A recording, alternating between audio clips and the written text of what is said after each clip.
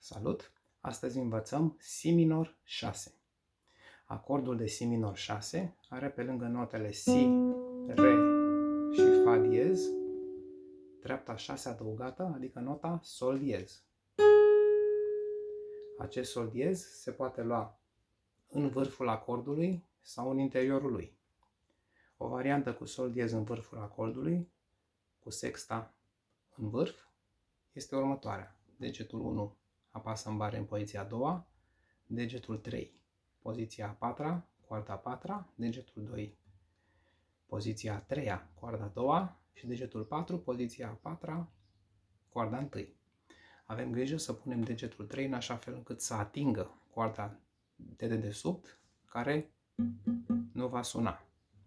Tragem de primele 5 corzi.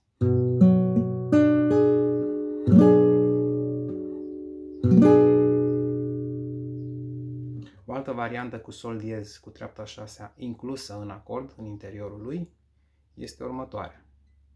Degetul 2, coarda a 5-a, poziția a doua, degetul 1 pe coarda a treia în poziția a întâi, degetul 4 pe coarda a doua în poziția a treia și degetul 3 pe coarda a întâi în poziția a doua.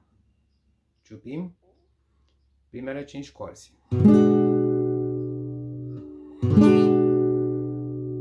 Coarda a patra e mai bine dacă nu se aude și pentru asta atingem cu degetul 2 ușor coarda de dedesubt pentru a nu rezona.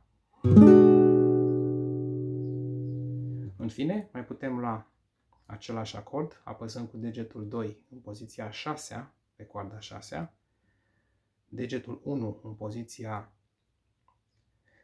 degetul 2 pe coarda a 6-a în poziția a 7-a, degetul 1 în poziția a 6-a, iar degetele 3 și 4 pe coarda a 3-a și a 2-a, tot în poziția a 7-a. Ciupim doar corzile pe care am apăsat, adică 6, 4, 3 și 2. Este același acord ca acesta, luat pe alte corzi. Și nu uităm de varianta cu Sol diez în vârf, cu sexta în vârf. Aceasta a fost Si minor 6.